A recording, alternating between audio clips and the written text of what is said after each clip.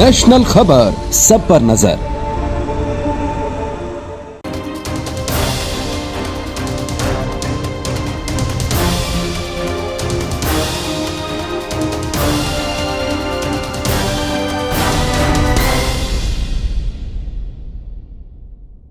नमस्कार, नेशनल खबर का खास हेल्थ प्रोग्राम देख रहे हैं आप और आपके साथ मैं हूं भारती बघेल। जो लड़कियां मेरी जैसी हैं, जो वर्किंग है, जो फीमेल वर्किंग है, उनकी एक नॉर्मल सी प्रॉब्लम रहती है। वो ये कि जो हमारी नेचुरल स्किन है वो कहीं ना कहीं डल होती जा रही है। बहुत सारे कॉज हो सकते हैं और सबसे बड़ा जो कॉज माना जाता है वो है पॉल्यूशन, तो और दूसरा लाइफस्टाइल। तो ऐसे तमाम कॉज हैं जिनके ज़रिए जो हमारी जो स्किन है वो दिन पर दिन डल होती जाती है। तो आज हम इस पर चर्चा करेंगे कि अपनी स्किन को नेचुरल एंड ग्लोइंग कैसे दिखाएं।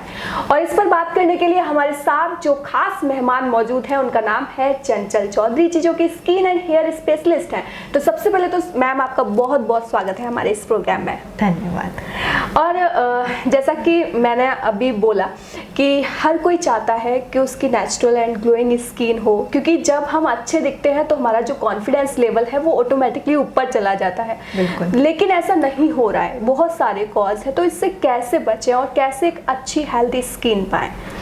बिल्कुल, मेरे पास जो पेशेंट्स आते हैं, इवन यंग पेशेंट जो आते हैं, हाँ, वो काफ़ी एक्सपेरिमेंट करके आते हैं अपने फेस पे, और उनको नहीं पता होता है कि उनके फेस तेलिए है, ऑयली है, ड्राई है। और अगर बाई चांस उन्हें पता भी है तो वो कई तरह के कॉस्मेटिक जो भी मार्केट में अवेलेबल हैं, OTC मार्केट्स जो देखने में बहुत फैंसी लगते हैं, वो अपने चेहरे पे लगा के आते हैं। तो उसमें कई प्रॉब्लम आ जाती हैं। पहली बात, अगर आपकी स्किन ऑयली है तो आपको एक्ने या पिंपल होने के प्रॉब्लम आती है।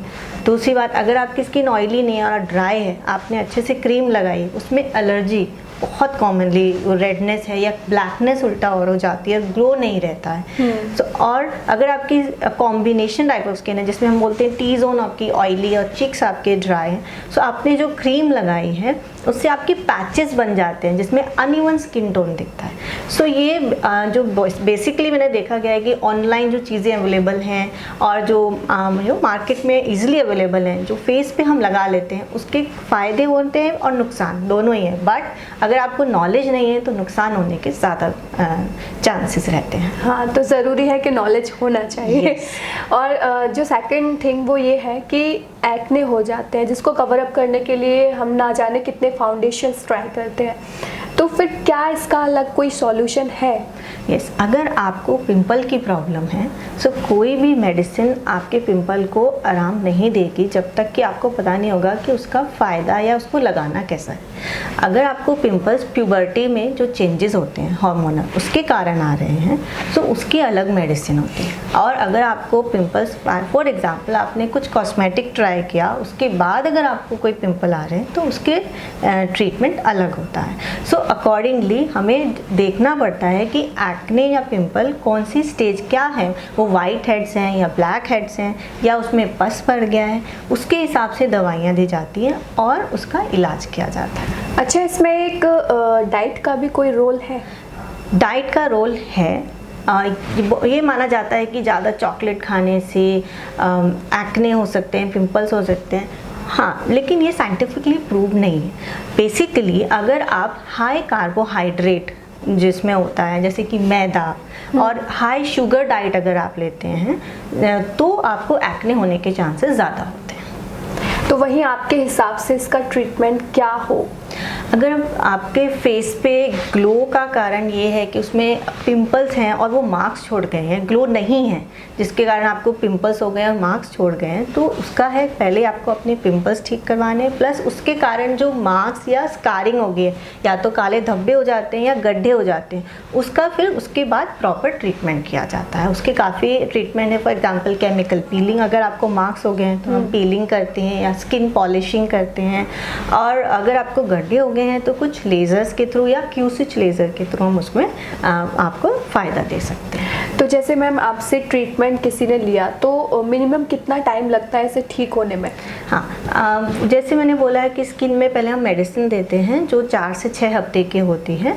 उसके बाद जो भी अगर उसमें कुछ मार्क्स रह गए हैं उसके लिए फिर हम आगे से ट्रीटमेंट करते हैं। वो 1 महीने में 1 सेशन होता है जो कि 2 से 3 महीने में ठीक हो बिल्कुल ठीक हो जाते हैं। उसके बाद कोई सावधानी बरतने की ज़रूरत होती है? बिल्कुल, जो आपको डॉक्टर प्रिस्क्रिप्शन देते हैं या आपको सलाह देते हैं, आपको उसको प्रॉपरली फॉलो करना है। उन्होंने जो बताया है कि ऐसे ऐसे आपको स्किन केयर करना है, उसको आपको बराबर से यूज़ करना है। बिल्कुल, तो ये सारे मेरे क्वेश्चंस थे। अगर इसके अलावा मैम आप हमारे दर्शकों को कुछ कहना चाहती हो तो आप कह सकते हैं।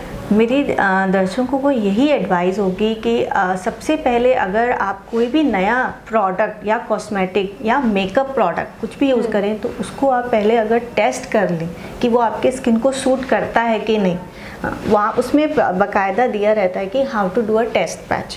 अदरवाइज़ यू कैन, आप अपने डर्माटोलॉजिस्ट को या स्किन स्पेशलिस्ट को मिलें और पूछें कि मैं अपना स्किन केयर या आपको कोई अगर स्किन से कोई प्रॉब्लम है उसको कैसे ठीक कर सकते हैं। उसके लिए बराबर आप एडवाइस लें, उसके हिसाब से दवाई लें, तो आपका जो ग्लोइंग स्किन है वो हमेशा बना रहेगा। और कुछ ना कुछ अगर हम अपने स्किन में एक ट्रीटमेंट करते हैं, है ना, आजकल काफ़ी ट्रीटमेंट है, लाइक ऑक्सी फेशियल्स हैं, बहुत बेसिक हैं, हाइड्रा फेशियल है, बहुत इसमें ज़्यादा कुछ नहीं, but they are very very important. Even vampire facial, you know, it's आपको इसका डिटेल मैं आगे बताऊंगी, आप आगे पूछ सकते हैं। तो ये बहुत ज़्यादा इनफैक्ट यंग लोगों के लिए काफ़ी अच्छे हैं।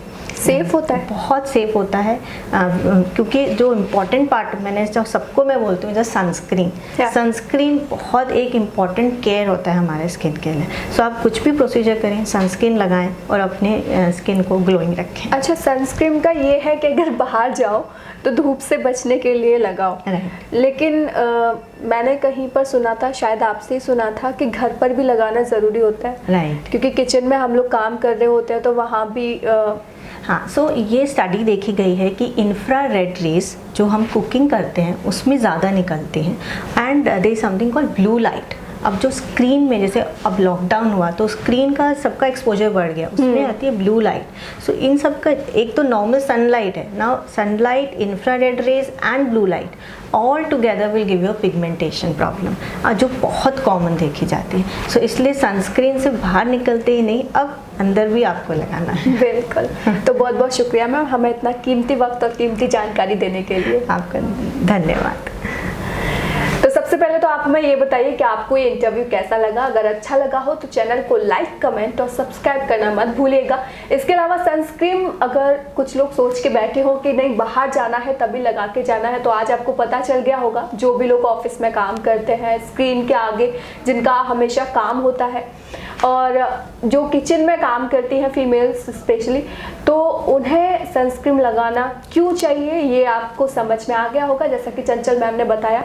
तो इसके अलावा अगर आप किसी और टॉपिक पर चंचल मैम से इंटरव्यू चाहते हैं तो आप कमेंट बॉक्स में जाएं, हमें कमेंट करके बताएं, और साथ ही में एक टॉपिक भी आप हमें बताएं कि इस टॉपिक पर आप ये इंटरव्यू चाहते हैं। तो फिलहाल के लिए इतना ही, मुझे दीजिए इजाज़त। धन्यवाद।